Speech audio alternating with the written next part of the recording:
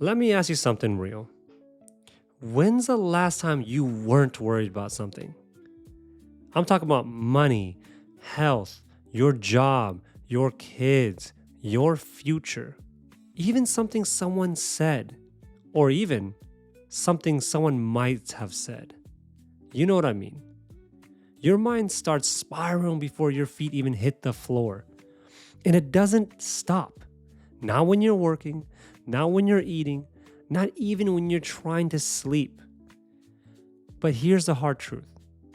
Worry is a habit, not a personality, not your fate, a habit.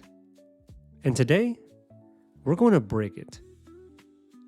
Welcome back to Hard Truths, the podcast where we rewire the patterns keeping you stuck, dig deep into psychology, and talk about the things most people are too afraid to say. So let's talk about worry, why your brain clings to it, why it becomes your comfort zone, and how to finally get your mind back. So let's go. Before we go deeper, let's zoom out for a second, because this isn't just your battle or my story. This is a universal human pattern, and different cultures have been dealing with it in different ways for thousands of years. You see, in Stoic philosophy, thinkers like Seneca and Marcus Aurelius taught us that most suffering comes not from what happens, but from our reaction to it. See, Seneca wrote, "He suffers more than necessary, who suffers before it is necessary." Does that sound familiar? That's the exact definition of worry. In Taoism, worry is seen as a disruption of harmony. The goal isn't to control every variable, it's to flow with life. As Lao Tzu wrote, "If you are depressed, you are living in the past. If you are anxious, you are living in the future. If you are at peace, you are living in the present." See, even in modern mental health practices, like acceptance and commitment therapy, ACT, you're taught to observe your thoughts without needing to fix or fight them, to build psychological flexibility instead of control. And Jay Shetty once said, "Your mind can be your best friend or your worst enemy, depending on how you train it." And training starts with how you respond to discomfort. So let's stop pretending worry is just how you are. Cultures, faiths, and philosophies have already handed us the wisdom. We just forgot how to use it. You can borrow calm from across centuries. You just have to decide that peace is more important than control. See, I used to think worry meant I cared. I'd stress about my future, replay mistakes, obsess over every outcome. And I told myself it was because I gave a damn. But really, I was just scared. I thought if I didn't worry, I'd get blindsided. Like worrying would somehow protect me from my pain. So I worried about money, even when the bills were paid. I worried about success, even when I was making progress. I worried about losing people, even when they hadn't even left.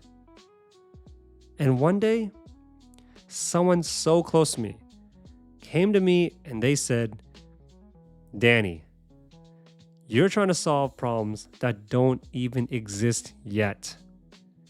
And that hit me like a brick. I wasn't solving anything.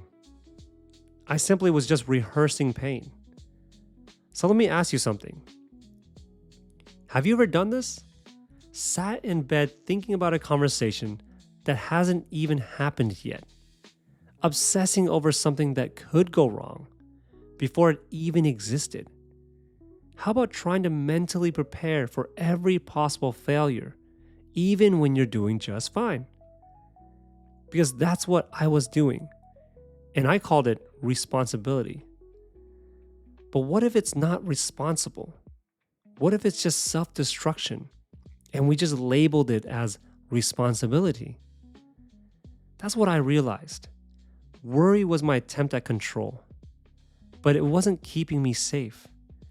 It was keeping me stuck. So when you worry, your amygdala, the part of your brain responsible for fear, lights up. It's designed to keep you safe. It's designed to protect you from the real immediate dangers. But your brain doesn't know the difference between real threats and imagined ones. It reacts the same way to a charging bear or an unread email. Think about that.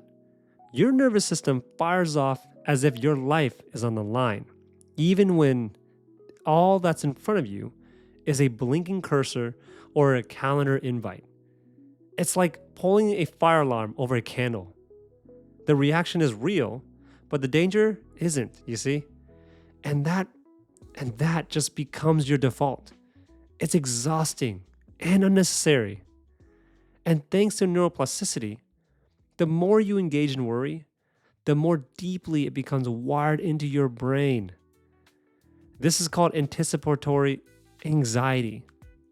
It's a form of stress that occurs before anything has even happened. And here's how that pattern usually unfolds.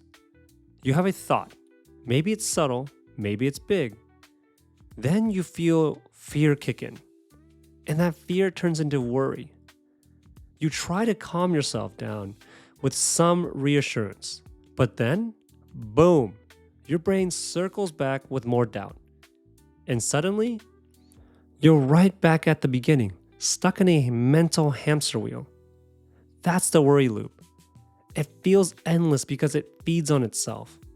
And if you don't interrupt that loop, it becomes your way of life. According to Dr. Joe Dispenza, our bodies can literally become addicted to the chemicals of stress. You see, we worry, we feel cortisol, adrenaline, and we get used to that rush. It becomes our baseline, and even when life is calm, we can't sit still. We seek out problems. That's not intuition. That's conditioning. And until you address the chemical addiction of worry, your nervous system will continue to see peace as a threat.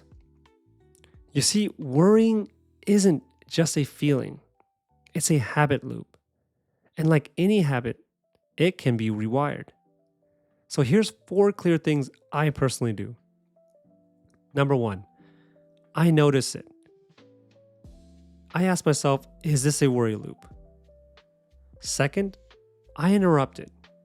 I move, I breathe, I speak, I just do something. Third, I question it. I ask myself, is this real? And is this helpful? And fourth, I replace it. Very important. I tell myself, I've handled worse. I'll handle this again. So here's your challenge. Something simple but powerful. For the next 24 hours, I want you to act like a mental bodyguard. Anytime worry shows up, you're not just letting it through the door. You're catching it, you're naming it, and you're confronting it. So here are 3 steps to follow next time you get caught up in worry.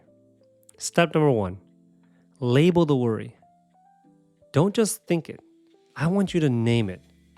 So when things like, I'm afraid of failing, or I'm worried they won't like me, those thoughts come up, I want you to say it out loud. Or write it down. Just get it out of your head and into the open. Step number 2, I want you to take a deep breath.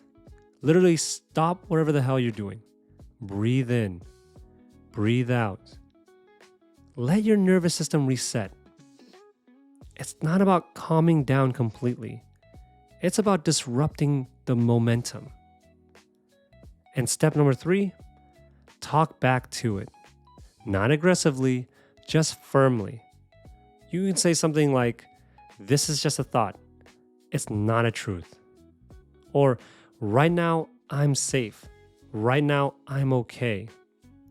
See, these things help tell your brain and your nervous system that you are okay. You're training yourself. You're not just managing your thoughts. You're building a new internal language, one that doesn't bow to fear, but walks with it without letting it steer. The goal isn't to eliminate worry, it's to stop letting it drive. Because you're not just reacting anymore, you're retraining your nervous system. You're rewriting a story you didn't even realize you were still telling yourself. So worry doesn't protect you, it weakens you. And as Viktor Frankl once said, between stimulus and response, there is a space. And in that space is our power to choose our response. In our response lies our growth and our freedom. So use that space. Reclaim that power. This is Hard Truths. Tag me at Danny Livin, DANNYLYVIN, and tell me, what worry loop are you breaking today? Until next time, you weren't meant to carry it all. You were meant to walk lighter. And now, you finally can. Take care.